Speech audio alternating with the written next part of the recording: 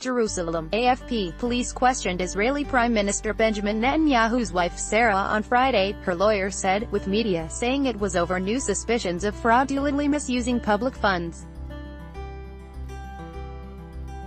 Public radio said that Sara Netanyahu arrived at the headquarters of the National Fraud Squad, near Tel Aviv, late in the morning.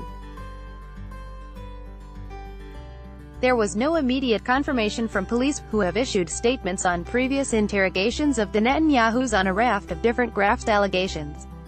But Sara Netanyahu's lawyer said late Friday afternoon, after the last round of questioning was over, that the suspicious, which would amount to nothing, were another illustration of the Netanyahus' persecution by Israeli law enforcement authorities. At the end of the investigation it will become evident that this was another case of fabrications and tales of the state witness near Hefetz, which are totally false, Yossi Cohen said of the Netanyahu family's former spokesman. When the other cases crash, new lies are invented, he said. How much longer will the persecution of the Netanyahu family continue? Asked Cohen in a statement issued via the Netanyahu family's spokesman.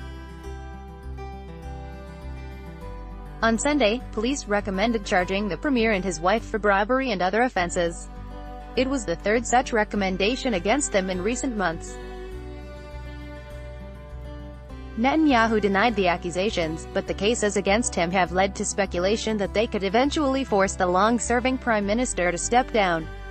Sara Netanyahu went on trial in October for allegedly using state funds to fraudulently pay for hundreds of meals.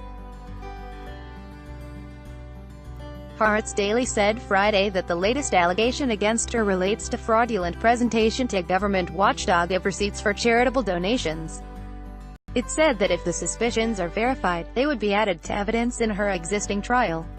Police in February recommended indicting Netanyahu in 2 other corruption investigations. The Attorney General must decide whether to file charges. The premier has repeatedly called the allegations against him a plot by his political enemies to force him from office. The recommendations in February involved separate cases of alleged bribery.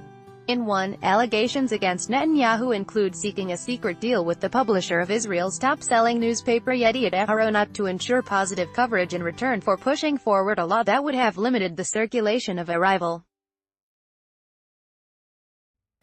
The other case involves suspicions the premier and his family received luxury gifts from wealthy individuals in exchange for financial or personal favors.